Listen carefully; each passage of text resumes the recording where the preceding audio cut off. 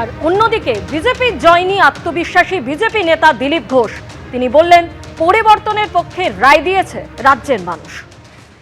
এখন পশ্চিমবাংলার মানুষ সরকার পাল্টাতে চাইছে, দেখছেন না কাল থেকে আবহাওয়াই পাল্টে গেছে কিরকম। সরকার তো পাল্টাবেই। বাংলার ভোটের যে ট্রেন্ড সেটা বলে দিয়েছে পরিবর্তন হচ্ছে।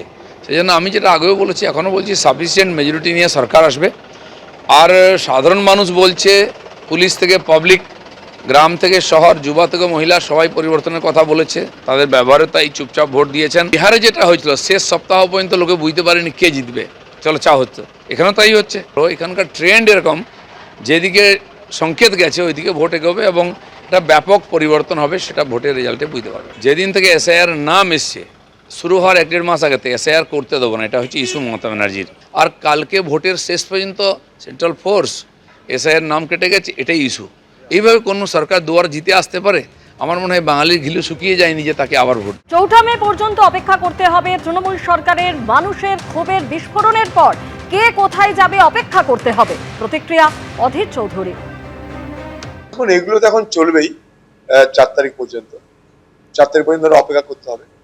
কিন্তু পশ্চিমবঙ্গ থেকে তৃণমূল সরকারের বিরুদ্ধে যে মানুষের ক্ষোভ ছিল, সেই ক্ষোভের বিস্ফোরণে কে কোথায় যাবে না যাবে এখনই বলা সম্ভব নয়। সরকার বিরোধী মানুষের সংখ্যা কিন্তু প্রবল। সিপিএম নেতা সুজন চক্রবর্তী এই মুহূর্তে আমাদের সঙ্গে রয়েছেন। সুজন বাবু, মমতা বন্দ্যোপাধ্যায় গণনার আগে যেভাবে বিরোধীদের নিশানা করেছেন, তিনি বলছেন যে মানুষকে জব্দ করতে চেয়েছিল, ভোট বাক্সে নিজেরাই জব্দ হয়ে গেছে, আমরা এবার 226-এর বেশি আসন পাবো। দেখুন, মমতা ব্যানার্জি রাজ্যের মুখ্যমন্ত্রী, তৃণমূলের অনেক বড় নেতা। তিনি যখন বলছেন তার বলার মতন মনোভাব হয়েছে, তিনি মনে করেছেন বলা উচিত, কিন্তু অন্য কোনো আর বলেন না। হঠাৎ ভোটের পর রেজাল্ট বেরোবার আগে ওনাকে এত কথা কেন বলতে হচ্ছে, এই প্রশ্ন মানুষের মধ্যে আসবেই। যেভাবে কেন্দ্রীয় বাহিনী কার্যত বুটের শব্দ, ভারী বুটের শব্দ, এটা নিয়ে কোনো সন্দেহ নেই। যদিও এটা ঠিক যে মানুষ নিজের মতো করে শান্তিতে খানিকটা ভোট দিয়েছে। পশ্চিমবাংলায় আমাদের ছোটবেলায় আমরা দেখেছি ভোট ছিল একটা উৎসব। সেই উৎসবটাকে কার্যত তৃণমূলের বাহিনী পরিণত করেছিল একটা দাপটে, একটা অশান্তির মধ্যে। মানুষ যেন একটা কোথাও বন্দি দশার মধ্যে থাকতেন, দাপট, যে মতো ভোট দিয়ে দিচ্ছে। এবারের ভোটে উৎসব হয়নি, কিন্তু খুব একটা কেউ দাপটও দেখাতে পারেনি।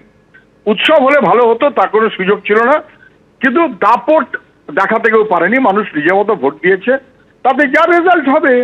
এখন মুশকিলটা কি হয়েছে, উনি বলছেন 226টা আসন জিতবে, বিজেপি বলছে তারা 200 আসন জিতবে, দুয়ে মিলিয়ে 426 আউট অফ 294।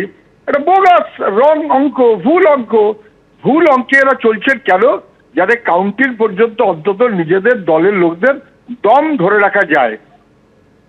ধন্যবাদ আপনাকে। এবিপি আনন্দ, এগিয়ে থাকে, এগিয়ে রাখে।